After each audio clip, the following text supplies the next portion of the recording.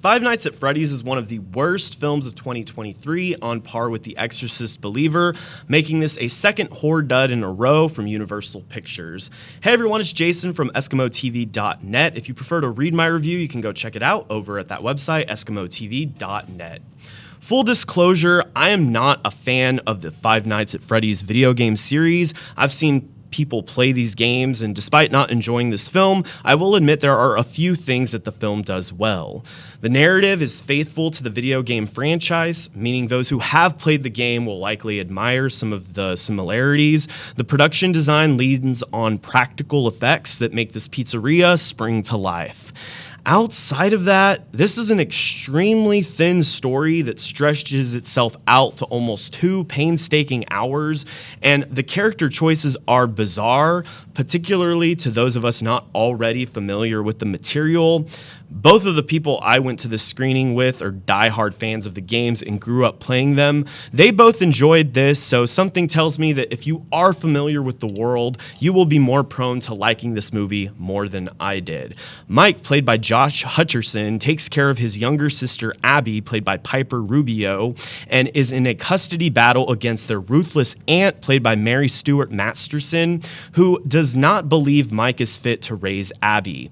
In desperate need to support themselves, Mike reluctantly takes a job at an abandoned pizzeria that's similar to Chuck E. Cheese, called Freddy Fazbear's Pizzeria, as a security guard. Strange things begin to happen throughout the night shift. Shortly after starting his job, an officer named Vanessa, played by Elizabeth Lael, begins to check in on Mike to ensure things are going smoothly. Well, while the film builds a fitting, eerie atmosphere, many scenes feel like padding and filler to stretch this story out. Throughout the film, Mike has multiple dream sequences that were never compelling and seem like they could have been lifted from the film with almost no repercussions. Anytime he has a dream, I simply thought to myself, can we go back to the pizzeria? There is one scene where Mike asks police officer Vanessa, is there anything else you want to share since you seem to know so much about this place? Which is what I was wondering. She's not a security guard assigned to Freddy's. Why is she spending all of this time at this pizzeria? And how does she happen to know so much? It seems like an odd place to just stop and hang out. The film later does give a hokey explanation, but the fact that Mike takes so long to question why she keeps stopping by just seems unnatural that they hang out together at this place for so long. Mike brings his younger sister that he longs to protect the day after a brutal robbery where the robbers completely trashed the place.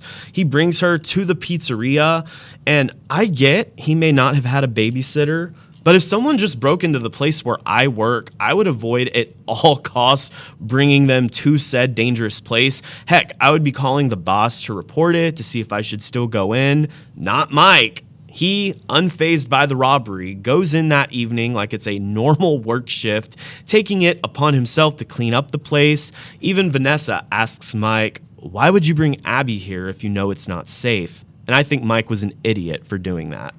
We see these robbers who, spoiler alert, are paid by the aunt to break in and cause havoc so Mike can lose his job, fall at the hands of the animatronics.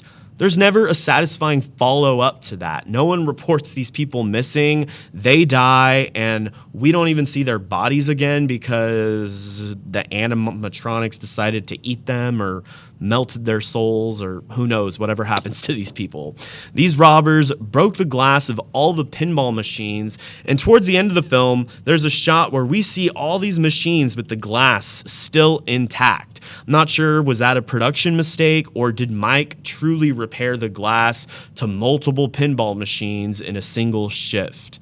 Ultimately, the narrative choices themselves bothered me and made me laugh periodically.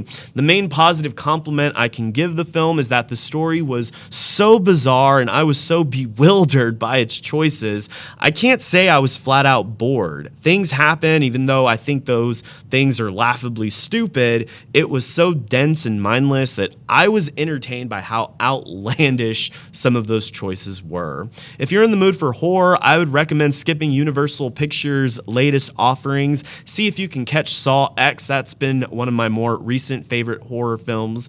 If you're a fan of these games and understand these characters more than a new audience member like myself, some of these choices might not bother you as much, so maybe you should check it out and give it a chance. I'm curious to know your thoughts in the comments below. Are you going to be checking out Five Nights at Freddy's? And let me know what you think about it once you get the chance to. I would love to know your thoughts. If you enjoy this review video, you can hit that like button.